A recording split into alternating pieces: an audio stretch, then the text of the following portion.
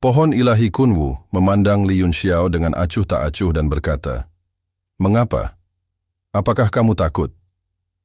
Li Yunxiao melihatnya dengan acuh tak acuh dan berkata, "Saya mengerti. Ruang spiritual adalah keberadaan yang sangat istimewa, tetapi sangat berbahaya. Begitu ruang itu runtuh, jika seseorang tidak melarikan diri tepat waktu, mereka akan mati sepenuhnya di dalam." Bahkan, Li Yunxiao yang berspesialisasi dalam serangan spiritual, tidak berani memasuki kesadaran orang lain. Saat dia hendak pergi, pohon ilahi Kunwu tiba-tiba berkata, "Pindahkan aku ke sisi gadis itu. Saat kamu memasuki ruang spiritualnya, aku bisa melindungimu." Dengan lambaian tangannya, Li Yunxiao muncul di Gunung Fangchun. Menguasai, Meng Bai telah menjaga Meng Wu di sisinya. Saat dia melihat Li Yunxiao, dia langsung sangat gembira. Alis Li Yunxiao bergerak-gerak. Dia memandang Meng Bai dengan kaget dan berkata, "Meng Bai, bagaimana kamu bisa berkembang begitu cepat? Apakah kamu merasa tidak enak badan?" Hanya dalam waktu singkat, Meng Bai telah melampaui 9 bintang dan mencapai puncak master bela diri. 9 bintang. Meng Bai tertawa dan berkata, "Bukankah bagus untuk berkembang dengan cepat? Saya telah berlatih teknik pemurnian tubuh yang guru ajarkan kepada saya. Di waktu tambahan, saya bermeditasi dan menyerap vitalitas." Li Yunxiao menghela nafas dan berkata, "Apakah badan rakun universal benar-benar menentang alam? Dengan kecepatan kultivasi seperti ini, bagaimana saya bisa hidup?" Bang!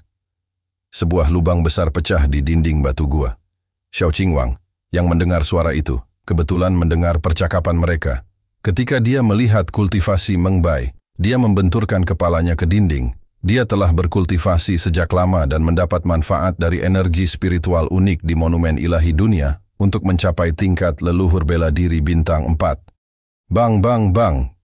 Dia terus membenturkan kepalanya ke dinding di sudut.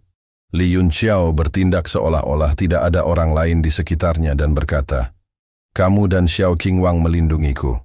Aku ingin memasuki ruang kesadaran adikmu dan melihat apa yang sebenarnya terjadi." Ketika Meng Bai mendengar ini, dia sangat gembira dan berkata, "Akankah adikku bangun seperti ini?" Li Yunxiao berkata, "Jika kita dapat menemukan alasannya, seharusnya tidak ada masalah.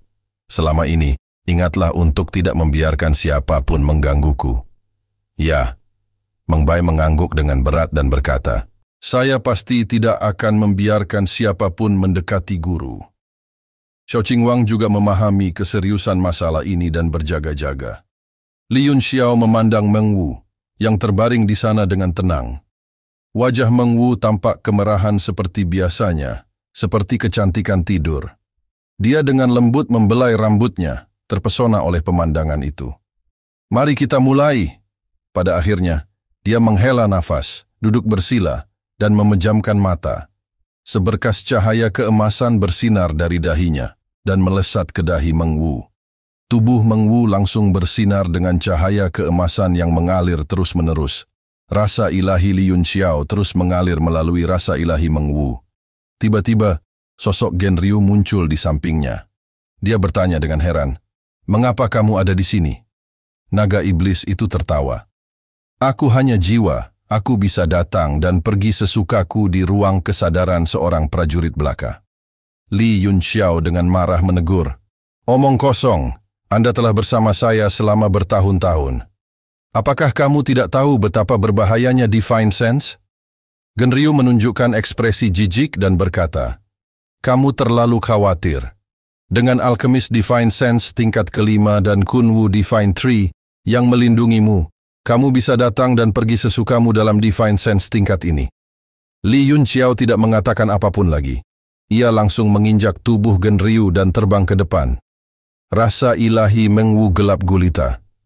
Jelas sekali bahwa dia tidak sadarkan diri dan tidak memiliki kesadaran apapun. Li Yunxiao berjalan tanpa tujuan, ekspresinya menjadi semakin serius. Gadis kecil ini tidak mungkin mati, kan? Seluruh Divine Sense gelap gulita. Dalam perasaan ilahi orang biasa, bahkan jika mereka tidak sadarkan diri, setidaknya akan ada aliran kesadaran yang bergejolak. Segala macam kenangan dapat ditemukan di dalamnya, namun tempat ini sunyi senyap dan tidak ada kesadaran apapun. Naga iblis itu hanya berbicara dengan santai, namun tiba-tiba ia merasakan aura jahat keluar dari tubuh Li Yunxiao dan segera menutup mulutnya. Dia tidak ingin membuat marah orang ini. Dia tahu kepribadian Gu Fei yang lebih baik dari siapapun. Itu adalah... Murid Genryu tiba-tiba menyusut. Dia melihat ke bawah dan berkata, "Lihat, itu terlihat seperti sebuah pintu." Li Yunxiao berkata dengan suara yang dalam, "Itu memang sebuah pintu. Ayo turun dan lihat." Genryu tiba-tiba terjatuh. Di bawah kegelapan tak berujung, sebuah pintu hitam yang menjulang tinggi berdiri di sana. Hanya 2 cincin tembaga kuning di pintu yang masih berkilau. Kalau tidak, akan sulit mengenalinya. Bagaimana ini bisa terjadi? Genryu berkata dengan heran. Ini adalah Divine Sense. Mengapa sebuah pintu muncul entah dari mana? Ekspresi Li Yunxiao menjadi sangat serius. Dia sepertinya menyadari sesuatu dan ekspresinya menjadi sangat jelek. Dia melangkah maju meraih cincin kuningan itu dan menariknya dengan keras. Gemuruh. Sebuah kekuatan besar datang dari pintu dan dia terlempar. Cincin biru tiba-tiba muncul di pintu hitam. Di dalam ring ada segi 6 yang rapi. Lingkaran karakter aneh tersebar ke segala arah sepanjang segi 6, membentuk pola yang aneh. Ini, murid Li Yunxiao tiba-tiba menyusut. Dia tanpa sadar berteriak, "Bagaimana ini bisa terjadi? Pola ini..." Genryu juga kaget. Untuk dapat menerbangkan indera ketuhanan peringkat 5 Li Yunxiao, ini jelas bukan sesuatu yang dapat dilakukan oleh indera ketuhanan seorang pejuang biasa. Tiba-tiba dia berkata, "Kamu mengenali pola ini?" Li Yunxiao sepertinya telah melihat hal yang paling sulit dipercaya di dunia. Dia bergumam pada dirinya sendiri tanpa sadar. Bagaimana ini bisa terjadi? Bagaimana ini bisa terjadi? Matanya menjadi sedikit merah. Dia hampir meraung, "Genryu, apakah kamu lupa? Perhatikan baik-baik pola ini. Ini adalah simbol dari Tuhan itu." Seluruh tubuh Genryu bergetar. Matanya menatap pola itu. Dia sepertinya mengingat sesuatu. Dia berteriak kaget. "Itu orangnya. Apa yang sedang terjadi? Bagaimana jejak orang itu bisa muncul di sini?"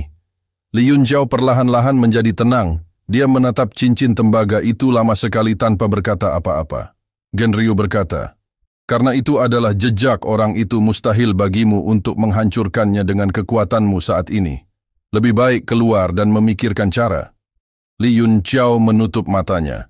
Dia tampaknya telah memulihkan sikap tenangnya. Dia berkata dengan acuh tak acuh, "Jika saya bisa pergi, saya pasti sudah pergi." Genryu terkejut. Dia berkata dengan kaget, "Apa? Anda telah dibatasi?"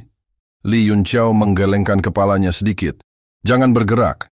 Tuan itu tidak hanya memasang sebuah pintu, tapi juga ada secercah perasaan ilahi di sana. Saya khawatir saya sudah memicunya ketika saya menarik cincin tembaga itu.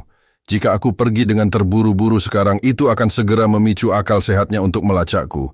Mari kita tidak membicarakan apakah saya bisa melarikan diri atau tidak.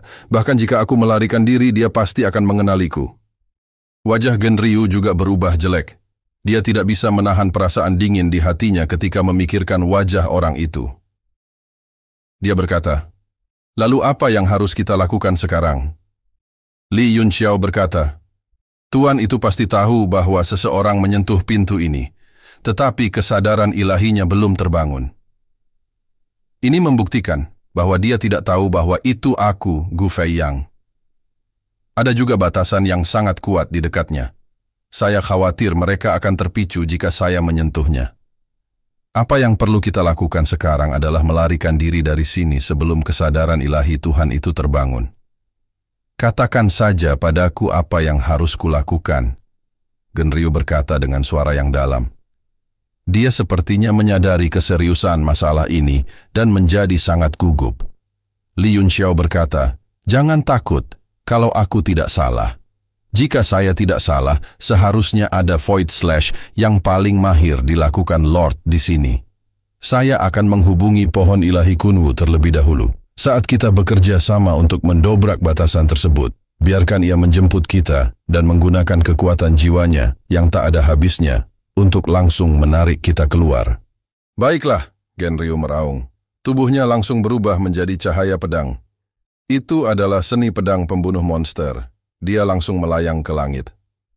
Pada saat ini, Li Yunxiao juga mengeksekusi teknik evolusi ilahi yang hebat. Karakter mirip kecebong emas mengisi kekosongan di malam yang gelap. Saat keduanya melonjak, sinar cahaya yang tak terhitung, jumlahnya datang dari kegelapan. Seluruh ruang dibelah seperti kertas robek. Untungnya, keduanya sudah siap. Cahaya pedang dan teknik Great Divine Evolution secara langsung memblokir Void Slash. Mereka bolak-balik melewati malam yang tak ada habisnya. Pada saat ini, cahaya lembut tiba-tiba tersebar dari langit. Itu langsung menyinari mereka berdua, dan mereka perlahan menghilang di langit. Suara cincin tembaga tiba-tiba terdengar dari pintu hitam di bawah. Bayangan hitam perlahan-lahan keluar dari pintu. Seluruh tubuhnya diselimuti jubah hitam. Dia tidak punya wajah sama sekali. Sepasang mata seperti bintang mengangkat kepalanya dan menatap ke langit. Saat ini, sosok Gen Ryu dan Li Yunxiao menghilang begitu saja. Hanya cahaya kuning redup yang terus memudar. Bayangan hitam itu menatap lama sekali. Dia bergumam pada dirinya sendiri, pohon kunwu ilahi. Dia tampak sangat bingung. Pada akhirnya dia perlahan menghilang ke dalam pintu. Hanya suara samar yang terdengar. Apakah kamu sudah ketahuan? Siapa ini? Di gua di dasar Gunung Fangchun, Li Yunxiao tiba-tiba membuka matanya. Cahaya keemasan keluar dari tubuh Meng Wu. Ekspresinya tidak yakin. Meng Bai bergegas maju. Tuan, bagaimana kabar adikku? Dia melihat ekspresi Li Yunxiao tidak terlihat terlalu bagus. Jantungnya langsung naik ke tenggorokannya. Li Yunxiao terdiam beberapa saat. Dia menghiburnya. Dia baik-baik saja. Dia baru saja tertidur lelap. Meng Bai, pernahkah kamu mendengar pria seperti ini dalam ingatanmu? Dia dengan cermat menggambarkan penampilan seseorang. Pada saat yang sama, dia dengan ringan mengukir gambar itu di tanah agar Meng Bai dapat diidentifikasi. Meng Bai memasang ekspresi bingung. Dia menggelengkan kepalanya. Li Yunxiao menghela nafas. Dia tahu pasti tidak akan ada hasil apapun. Dia bertanya lagi. Dalam ingatanmu, siapa orang tuamu? Meng Bai tercengang. Apakah itu penting? Nama ayahku adalah Meng Yan. Dia adalah seorang prajurit yang luar biasa di Tianshui. Dia mengorbankan hidupnya untuk negara. Saya masih memiliki medali kehormatan di sini. Dia mengeluarkan medali besi dan menyerahkannya kepada Li Yunxiao. Sudah mulai berkarat. Dua kata sederhana terukir di atasnya. Meng Yan. Li Yunxiao bertanya. Bagaimana dengan ibumu? Meng Yan yang mengorbankan hidupnya untuk negara jelas bukan kuncinya. Ekspresi sedih melintas di wajah Meng Bai. Itu semua salahku. Saya mendengar dari saudara perempuan saya bahwa ibu saya meninggal saat melahirkan ketika melahirkan saya. Aku belum pernah melihat ibuku. Li Yunxiao merasa sedikit tidak berdaya. Dia berkata kepada Xiao Qingwang, Qingwang, aku harus merepotkanmu untuk melakukan perjalanan ke Tianshui. Selidiki asal-usul Meng Bai dan saudaranya. Jangan lewatkan apapun. Terima kasih sudah menonton dan jangan lupa like, share, dan subscribe guys.